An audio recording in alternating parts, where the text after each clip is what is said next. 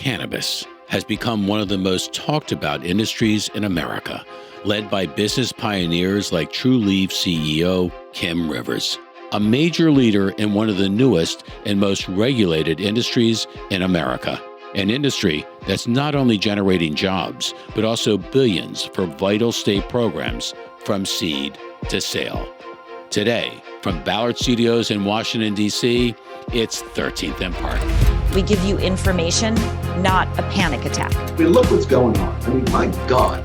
This was it. My kids were gonna die. That time is gone forever. This is the biggest story in America. We weren't prepared for this. Don't you want to speak truth to power? Toughest thing I ever had to do. Kim, great to have you on the show today. I was really looking forward to this conversation. So much that not only I'm going to be learning, but everyone that's going to be seeing this program. So let's start with what Trulieve is. You're the CEO of Trulieve. How did it begin? What got you involved in that? I know you have a great long background in mergers and acquisitions and in the financial industry. And where is Trulieve today? And how did it become one of the industry leaders in this brand new, very exciting field? I got involved in Trulieve because I was asked whether or not I would consider, stepping in and help put together the company back in the early days. I had just had a successful exit in multiple real estate portfolio in the hospitality industry and was in an entrepreneurial organization with a couple of guys who were qualified in Florida. There were very specific rules in terms of who could qualify for a cannabis license. And at the time, those rules had actually just shifted. There was a lawsuit that was brought. And so the application process went from being a lottery system to being a competitive application process. And so at that point, these two families really, long-standing nursery farmers in the state of Florida said, we thought that we were just going to be able to put our name in the hat and then potentially, have a quick flip. And now if we are interested, we actually have to build a business. And so they said, Kim, would you consider joining the team? And I gave a very classic lawyer answer. And I said, it depends. Let's do some work and really figure out what the business opportunity is. So I dragged these guys around the country with me for about 6 months, knocked on and saw any operation that would let us through the doors. And really a couple of things stood out pretty dramatically to me at the time. One, there was not really any cohesive brand that spoke from a customer first perspective. What do you mean by customer first? So this was 2014, 2015, and we were exploring markets like California and Colorado. It was very kind of decentralized, if you will, and you would walk into a dispensary and there's just a ton of different brands and a ton of different products, most of the time with some neon on the wall and maybe some, right? And it was very bro culture oriented and just not a lot of, I would say, just kind of core mainstream branding that was happening. And when you look for a transparent customer experience where you walk in and you feel a certain way and it's intentional and there's a certain flow to the experience, that was very much missing as well. And so I felt like there was, and we felt like there was definitely enough white space in the landscape for us to come in and work on a thesis that we developed. And really it was that if we can win in Florida, which a lot of folks don't realize, that Florida, a lot of franchises come because the demographics in Florida are so varied. Right. And so if you can penetrate Florida and resonate, a brand can resonate in Florida, you have a great shot at really scaling that beyond Florida. They say the I-4 Carter in Florida, still to this day, Kim, remains the greatest test Carter of products and services in America. Yeah, that's right. For that reason, exactly, right? Exactly. And so if that holds true with other companies, why not cannabis? Right. And so that's what we set out to do. And we got our start in Quincy, Florida. We had 10 employees to start. And my office was the conference room table in an old tomato packing plant that we renovated into a grow facility. But it really was about 3 months after we began producing product that what I call kind of the triple bottom line effect really got a hold of me. Because, listen, my mom was a school teacher and my dad was a police officer. So in terms of them thinking that I was going to be in this industry was very far away from... what were those conversations like? Oh my gosh. My dad was probably the most interesting one. And it was really, I would say, enlightening on a couple of points. One, he said, I never thought that it was a good use of our time to go after low-level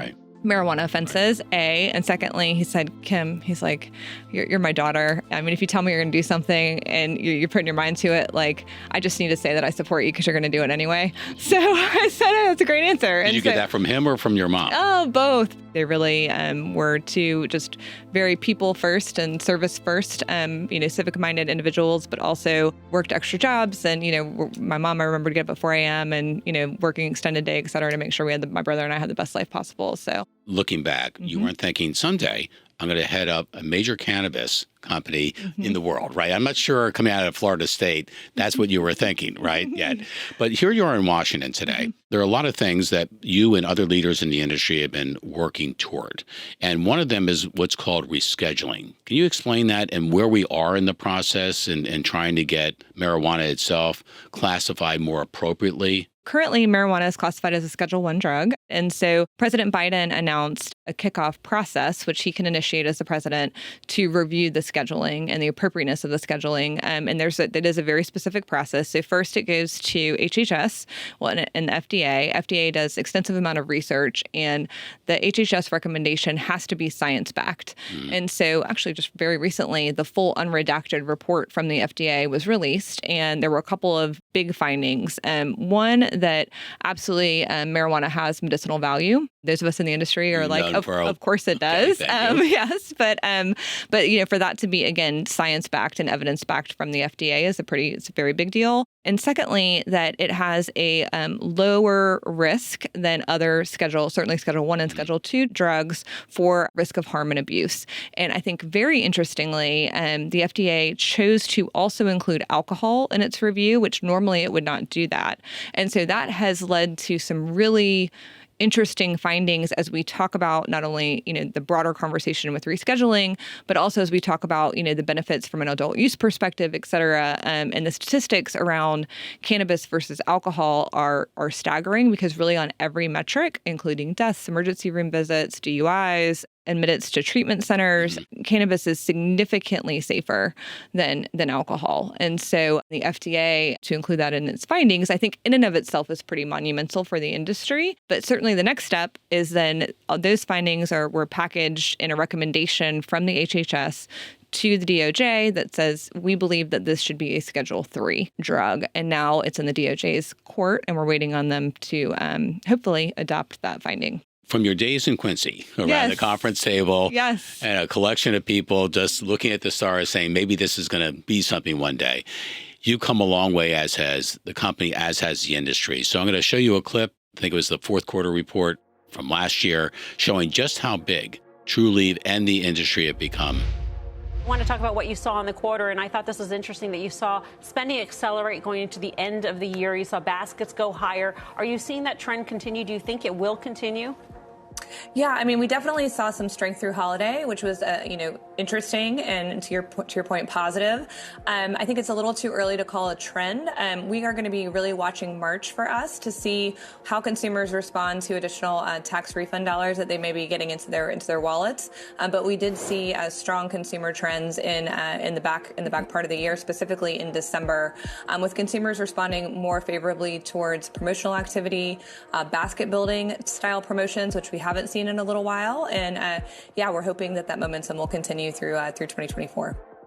I can tell you, Kim, I'm a CNBC nerd, right? I love those kinds of reports, right? Everyone's watching other kinds of things and stuff. I want to watch the business reports. But it shows, just how big Trulieve and the industry have become, which also leads to the next question about the safer banking legislation.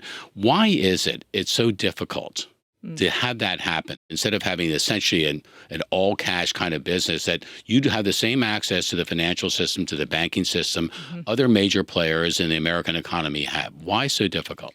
Well, I think everything in Congress is a little difficult. Okay, so, fair enough. I think that there was a statistic that was shared within our, so I'm part of National Cannabis Roundtable within our group, that an initial change of kind of entrenched policy in the United States, on average, it takes about 11 years. Wow. So now the good news for us is that we are actually in our 11th year, believe it or not, on this issue. Is 11 years a charm? That's what we're hoping on this issue. But I think that it's a couple of things. One, I would say, the education process in Congress on this issue has been extremely tedious. And I think some of that is just, one, Congress has a lot to do. They have a lot on their plate. They have a lot on their mind, right? And so you get some momentum and then it's a little bit start, and stop. Secondly, and maybe unfortunately, this issue has been used, in my opinion, as a little bit of a trading card because we have not yet gotten to the point with our issue that it is policy-based. It's very populist-based. And so I'm a big believer that until you can cross over and it becomes a core policy issue for some folks, I mean, sure, it's populist and folks talk about it around elections and it's a nice thing to get tweets, right? We're clickbait right now. And so we're moving from being just, a fun thing to talk about and interesting thing to maybe attract some certain demographics to a real core issue for folks. And listen, it needs to be a core issue because people are at risk. Our dispensary employees are folks are coming into these stores because they know that we have cash, robberies, armed robberies. I mean, people's lives are literally at risk. A. B, when we talk about wanting a cannabis industry that, by the way, is now billions and billions of dollars. I mean, Trulieve is $1 billion business from a revenue top line perspective. That's a lot of cash moving through the system. We want it to be regulated. We want to make sure there's traceability.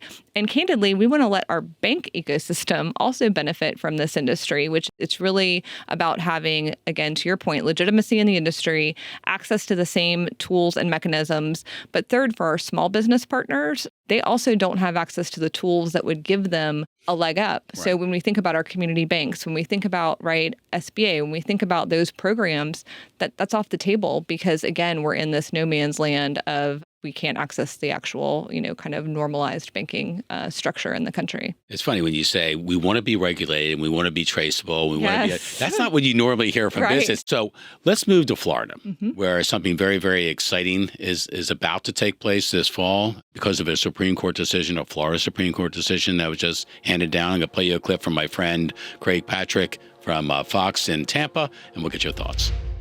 The Florida Supreme Court has ruled on amendments to allow recreational marijuana here in Florida. Florida voters will decide whether to allow marijuana for recreational use, as a growing number of states have.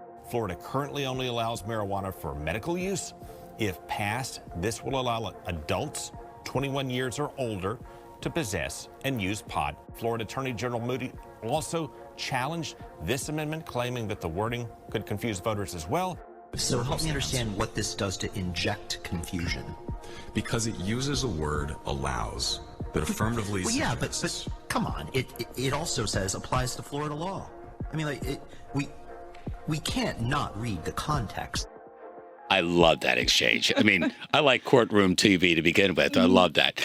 So tell us about the initiative in real language, what it does, what it would do, and what the most compelling arguments are in favor of it. Sure. So the amendment very simply allows for adults 21 and older to have access to be able to purchase and consume and possess marijuana products in the state of Florida. Importantly, there are possession limitations of 3 ounces. So again, for personal use, that's what we're talking about here, with a maximum of 5 grams of that being in concentrate form. And it specifically allows and actually encourages the legislature to create rules and laws, which of course that's what they do. We go back to regulation. To regulate the marketplace. An amendment 75 words. And so we have to be very, very specific in the state of Florida to address a single topic and to be very precise in what we are asking the voters to vote on. It does allow for the current regulated marketplace to continue. We're called an MMTC, a medical marijuana treatment center. So medical marijuana treatment centers will be grandfathered in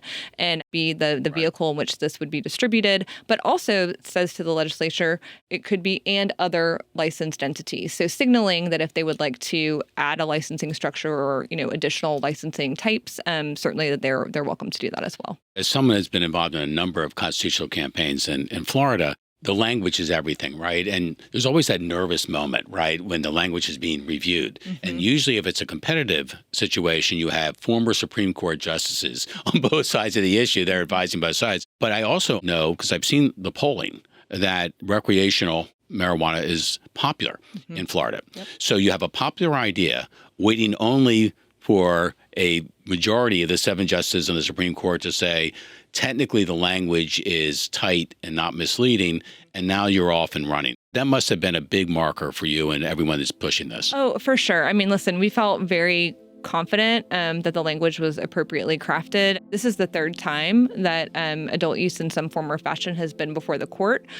We had already garnered over 1 million signatures from citizens across the state to qualify for ballot inclusion. And so, and the justices had laid out in previous opinions a very clear roadmap that we followed very specifically for inclusion. So, I did feel, fairly confident going in, but of course you never know until you know. Right. And then I would just say that I think that, in terms of, the primary arguments for, again, in Florida, I think specifically, and look, I'm a born and raised Floridian, so it's the Florida way, right, which I'm very, very acutely familiar with. And we have a robust regulated market, which I think was a really critical first step. And we're building on top of that. So this is not the wild, wild west. This is not, that there's going to be marijuana everywhere and no one's going to know what to do with themselves, right? I mean, we have almost 1 million Floridians who currently participate in the medical program.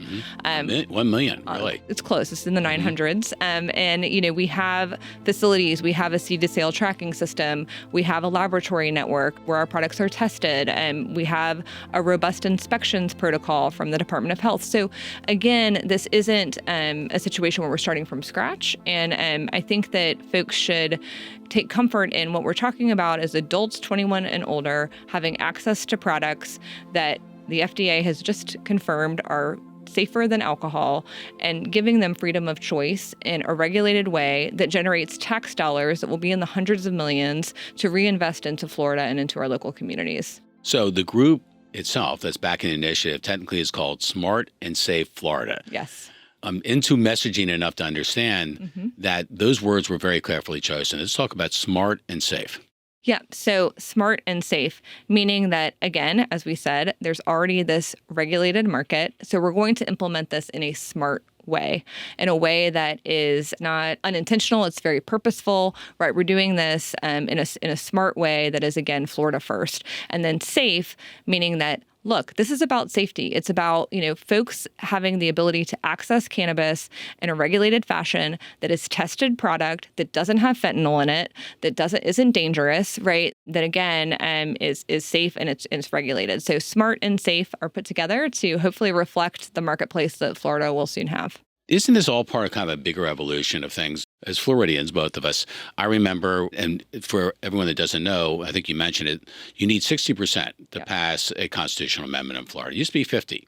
I have to say I'm somewhat responsible, guilty of having raised the bar together with the Florida Chamber and others years ago. So it has to be a fairly popular issue. But it seems like there's an evolution. So in 2008, Floridians passed a constitutional ban on same-sex marriage. 6 years later, in 2014, ruled unconstitutional, and now same-sex marriage is kind of a given. It seems to be part of an evolutionary of, I guess I refer to as social ethos. We've just changed. This country's changed in a lot of attitudes. Isn't that part of what's underneath the lift in your industry? Yeah, I mean, I'd also say, right, particularly, I was thinking about this today, we're entering into the parts during the election and campaign cycle where things get fairly nasty, right? We're at the starting line of where the party, right, and the party lines and sort of that partisanship really takes hold. And I think what's really interesting about this issue is that we offer a little bit of a reprieve from that because, cannabis is, again, it is really a bipartisan at this point issue at its core. I mean, in Florida specifically, which, as we know, leans heavily on one side, it polls over 50%, well over 50% positive on the Republican side, and then also on the Democratic side. And so I think that, to your point, our issue is at the point where we're transcending politics in terms of it being red or blue. And I think the medical programs across this country have really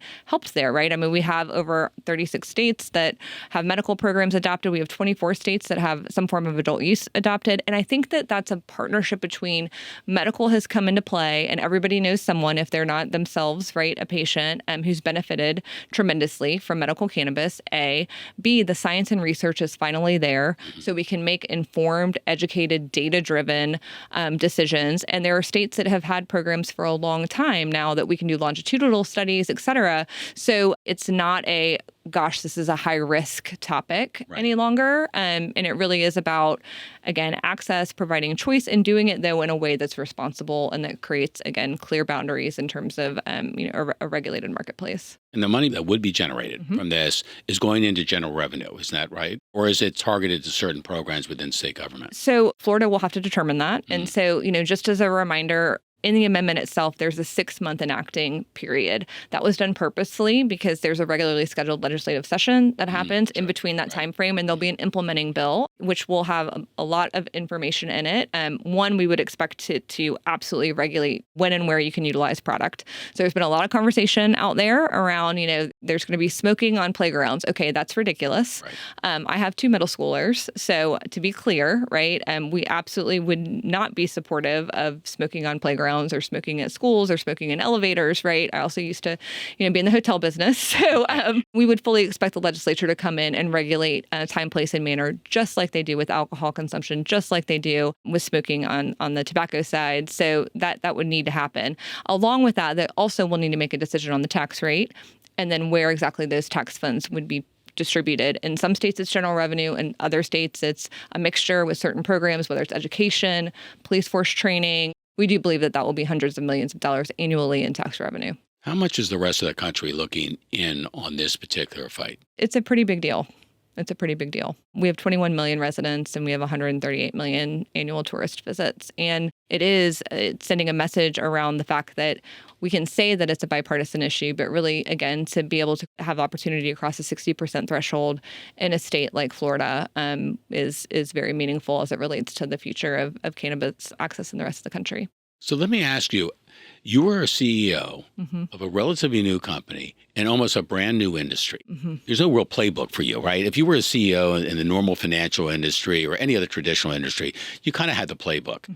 Is there a different kind of playbook for the kinds of things you have to confront as CEO in this industry that others do not? Really having the benefit of a very traditional background from being a lawyer, being in a large firm, doing big acquisition work at a large firm, and that structure around that, combined with then being on the entrepreneurial startup side of things, I think that combination has served me really well.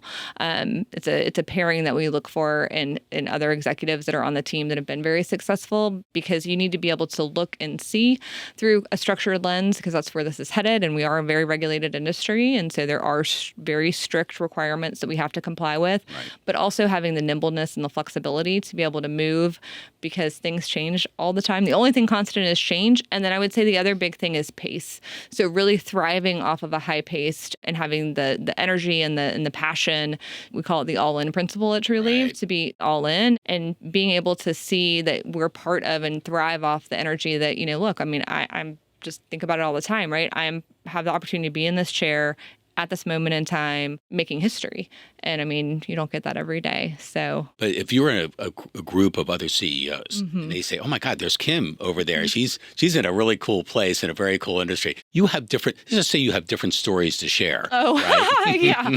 I would say being in cannabis, we all have different stories to share than in other industries for sure. Okay, so last question is, if you were to look back, what would you say would be more challenging for you? Your current position as CEO in this really cool field, or when you were Florida State University Student Body President, trying to help decide on who got the activities money, right? Yeah, in the budget. That was kind of a big deal. That got really dicey. There's some stories there. I would say, both have parallels to a certain extent, because really, as Student Body President, fast learning on the job. I had great actual mentors within the administration who helped me navigate and learn what the difference was between reoccurring and non-recurring funds, and where exactly did all that vending machine money go? Right. Why are we only, why are we only accounting for it 1 year when I'm pretty sure that every other year thereafter it just kind of goes into this other pot of money that we don't talk about again. So, and just like here, right, I'm so thankful the fact that I've got folks that are surrounding me. My co-founders, our board is incredible. I've got a number of folks, Tommy Milner, who is cycling off of the Best Buy board and was CEO of actually Remington and Cabela's. I've got, Susan Thronson, who was former marketing officer at Marriott Global. Just really wonderful, sophisticated. Peter Healy, who literally is a lawyer out in Silicon Valley who worked on Facebook, and just to have that network that I can rely on and has confidence in myself and our management team. It really is just, like I said, I mean, I pinch myself all the time, but I would say if I had to step back, I would say that this is probably going to be the role I'm hopefully sitting around and talking to my grandkids about one day. But a Seminole forever, right? Oh, absolutely. Go Noles. Well, you obviously brought the nice weather up from Florida with you. Today it's kind of balmy in Washington. Your industry is fascinating. I think what you've done from that small conference table outside of Tallahassee to what Trulieve has become is a great success story for anyone that's studying business. I encourage everyone to watch the progress on the Safer Banking Act in particular, because that's an important milestone, not just for Trulieve, but for the industry. And what you do reflects, I think, what the country is becoming. It's a more open, more tolerant, more embracing society. And I think your company and this industry are all about that. Yeah, absolutely. Well, as we always say, it's just onward. Onward and upward. Onward and upward. Great to have you. Nice to see you. Thanks so much. Remember to subscribe today and hit the bell so you never miss another episode of the show with that trademark opener. From Washington, D.C., it's 13th and Park.